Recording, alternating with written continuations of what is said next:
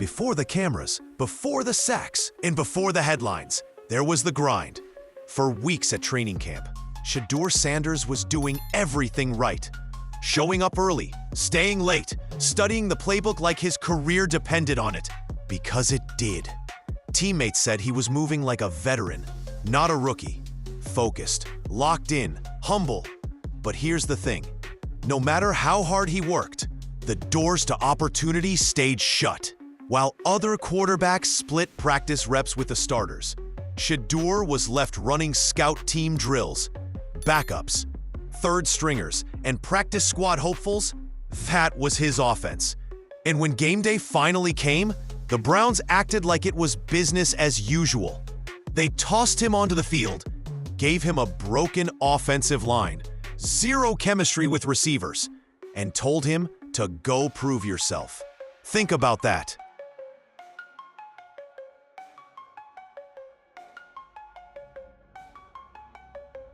Imagine being thrown into the deep end, not just without a life vest, but with weights strapped to your ankles. From the outside, it looked like a chance. But once the details came out, it felt more like a test he wasn't supposed to pass. The Browns didn't just fail to prepare him, they left him isolated. And once the poor performance hit social media, the criticism came fast. But critics didn't just go after Shedeur. They started connecting the dots. Why didn't he get first-team reps? Why pair him with linemen already on the verge of being cut? Was this really about development or something else entirely? Those questions didn't fade. If anything, they got louder. And soon, the media storm began. The moment Shedeur Sanders stepped off the field, the reactions rolled in like a tidal wave, and they weren't subtle. The stat sheet: 5 sacks, 14 yards. Ugly on paper, sure. But what came next was far more brutal than any pass rush. The headlines were ruthless. Social media lit up with hot takes. Overrated, not ready, classic draft bust. But then, something surprising happened. People started fighting back. Not fans, analysts. Stephen A. Smith went live on ESPN and didn't mince words. He called out the Browns, saying what many were thinking, but afraid to admit. This wasn't a bad performance. This was a setup. He argued that the team never intended to develop Sanders. They built a scenario where he had no shot, just so they could control the narrative. Stumble early, get buried early. And it wasn't just Stephen A. Radio shows, beat reporters, former players, they all started. Why was he denied game speed practice with the actual starters? And why, after all that, did the team act like his failure wasn't their responsibility? Some said it was politics, others called it ego. But one thing was clear: this was bigger than football. What should have been a forgettable rookie hiccup was now a full-blown controversy. And while the Browns scrambled to control the optics, Shedeur, he didn't tweet, didn't complain, didn't flinch. But deep behind the scenes, the pressure around him was only getting worse. Most rookie quarterbacks get time to breathe, time to... Then there was Dillon Gabriel, another young QB trying to prove he belonged. And just when the room couldn't get more cramped, the Browns brought in Tyler Huntley. That wasn't just depth. That was pressure, strategic or not. No clear mentor, no open lane to grow. Just competition. Every snap, every rep, every conversation became part of a silent war for survival. But here's where it got worse. While the veterans took turns rotating with the first-team offense, Shedeur stayed stuck at the bottom. The reps weren't just limited, they were irrelevant. He was throwing to receivers who'd be gone a week later, getting protection from linemen already on the cut list. There was no real development plan, only chaos disguised as opportunity. And behind closed doors, frustration was growing. Not just with Shedeur, with how he was being handled. Analysts started whispering what many insiders already suspected. This wasn't a merit-based rotation. This was a rookie being boxed into a corner. So when that first preseason game came around, The outcome wasn't surprise. It was math. Poor reps plus no chemistry plus a QB room stacked with politics equals disaster. And the worst part? The Browns acted like they didn't see it coming. When Shedeur Sanders finally stepped onto the field for his preseason debut, all eyes were on him. This was supposed to be his moment, the highly anticipated first look at what he could do on an NFL stage. But what fans got was a nightmare. He completed just 3 passes, threw for 14 yards, got sacked 5 times, including one brutal 24-yard loss that left the stadium silent. Analysts gasped, but anyone truly paying attention saw something else, a disaster that was carefully constructed. He wasn't playing with starting caliber talent. The receivers couldn't separate. The offensive line falling apart before the first snap. In fact, just days after that game, multiple linemen who played in front of Shedeur were released outright. They were already on the chopping block. And he was expected to thrive behind them? Not a chance. And yet, the narrative came fast. He's not ready. He's overhyped. Deion's kid isn't built for this. Just like that, the labels were printed and pasted. But one analyst wasn't having it. Skip Bayless called the Browns' handling of the situation disgusting, going on an on-air rant about how the team basically fed a young quarterback to the wolves, then acted shocked when he got devoured. He said, "I'm outraged," and he wasn't wrong, because this wasn't just a bad night. It wasn't just rookie nerves or growing pains. This was something else entirely, a debut that was never supposed to succeed. Just days after being labeled a bust, Shedeur Sanders stepped back onto the field. But this time, something was different. Gone was the chaos, the mismatched offensive line, the panic in the pocket. In their place, confidence, composure, control. In his second preseason outing, Shedeur didn't just look better. He looked like a completely different quarterback. He threw for 38 yards and 2 touchdowns. Nothing earth-shattering on paper, but this wasn't about stats. It was about presence. His cadence was sharp. His decision-making, clean and instinctive. And most importantly, his teammates responded. What stood out wasn't just the throws, it was the energy. The huddle locked in when he spoke. The chemistry started to click. He had command of the offense in a way that's rare for any rookie, let alone one who'd been written off just a week earlier. Analysts who had doubted him went silent. AFC North insiders whispered what fans were already thinking.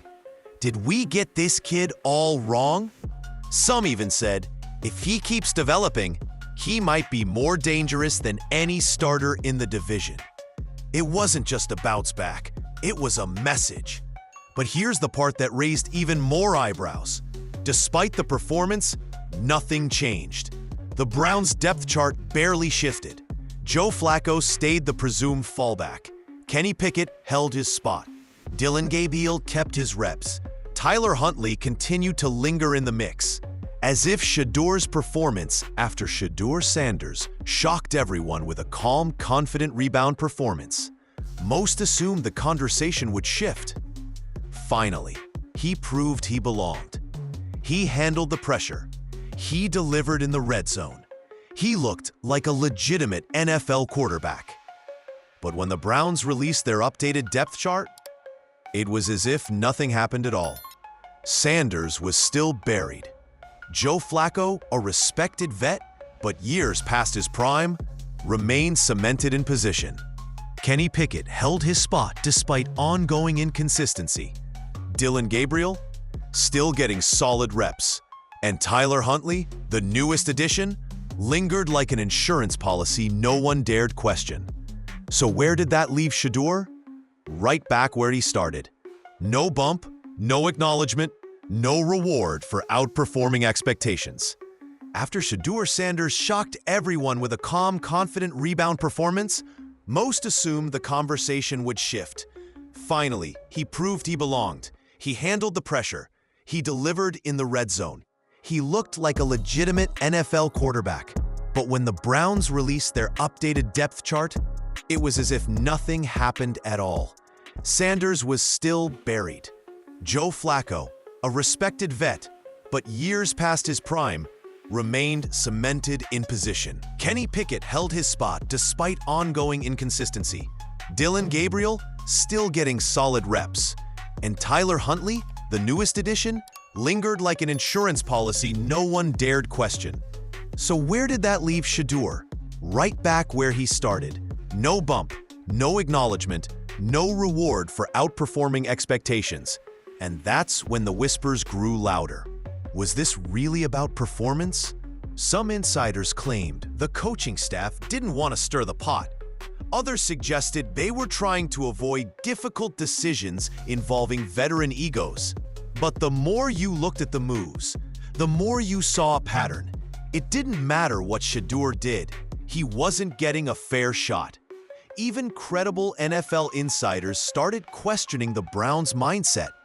Was the team afraid that giving Shedeur a real chance would force uncomfortable conversations? Conversations about benching bigger names with more expensive contracts, about internal politics, about coaching credibility. Shedeur had done what they asked, but the goalposts kept moving. And if the field looked unfair before, this made it undeniable. If the preseason games weren't enough, what happened off the field told an even more revealing story. Because Shedeur Sanders wasn't just battling defenders in the pocket. He was fending off a full-blown media storm. Critics had been circling since the draft, framing him as entitled, unprepared, or worse, just riding the Sanders name. And after one rocky performance, they pounced. Headlines called him overrated. Analysts questioned his work ethic. Social media? Brutal. But Shedeur did something most rookies wouldn't even attempt. He pushed back, not with anger, not with excuses, but with calm, calculated control.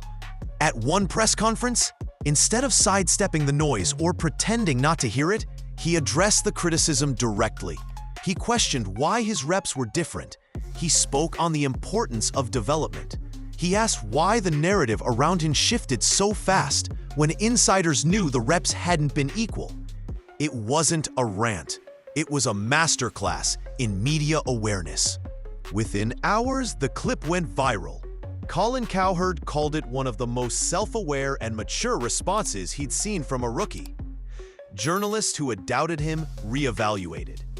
Fans began to see Shedeur less as a kid struggling to adjust and more as someone who understood exactly how narratives were being shaped around him and refused to be a passive character in his own story. And that's when the tide started to turn. Because Shedeur wasn't just showing flashes of talent, he was showing leadership. He didn't take the bait. He didn't go on social media rants. He didn't drag teammates or coaches.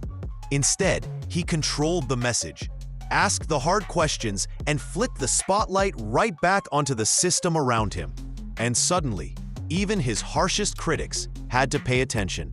Through all the chaos, the sacks, the criticism, the depth chart politics, Shedeur Sanders never cracked. He didn't lash out at teammates, didn't throw the coaching staff under the bus. And when reporters gave him openings to blame the offensive line or lack of prep time, he didn't take them. Instead, his answer was the last thing anyone expected. All those sacks? That's on me, he said, owning the moment even when it clearly wasn't all his fault. That caught people off guard. Because blaming others? That would have been understandable. Justified even. The conditions he faced weren't just unfair, they were borderline reckless for a rookie QB. But Shedeur didn't flinch. He owned it, fully, publicly. And that's when the conversation shifted, from performance to character. Fans saw it, analysts saw it, even rival executives started whispering behind the scenes that Shedeur carried himself with more poise than some veterans under pressure. They expected him to fold, to unravel like so many young players do in the face of NFL, but instead, he stood tall, steady, calm, and unshaken. That kind of maturity, you can't fake it, you can't coach it, and you definitely don't see it often from a 21-year-old in his first NFL camp. Through all the noise, Shedeur Sanders proved something no stat sheet could measure: leadership, integrity, accountability. But here's the question no one could ignore anymore. How long can one rookie carry the weight for mistakes he didn't make? This was never just about a rough preseason debut. It wasn't just a stat line, a sack total, or a single game under the lights. The story of Shedeur Sanders has become something much bigger. A look at how franchises can shape or sabotage a young quarterback's future before it even begins.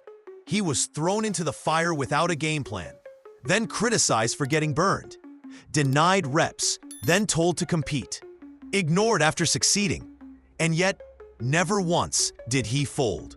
Shedeur took full ownership, challenged the media narrative, and showed a level of leadership most coaches hope to see after 5 seasons, not 5 snats. So now the real question isn't whether Shedeur Sanders is ready for the NFL. The real question is whether the NFL and the system behind it is ready for a player who won't play by their rules. A player who forces the spotlight to swing inward. Because if this is what a setup looks like, imagine what happens when Shedeur finally gets a real shot.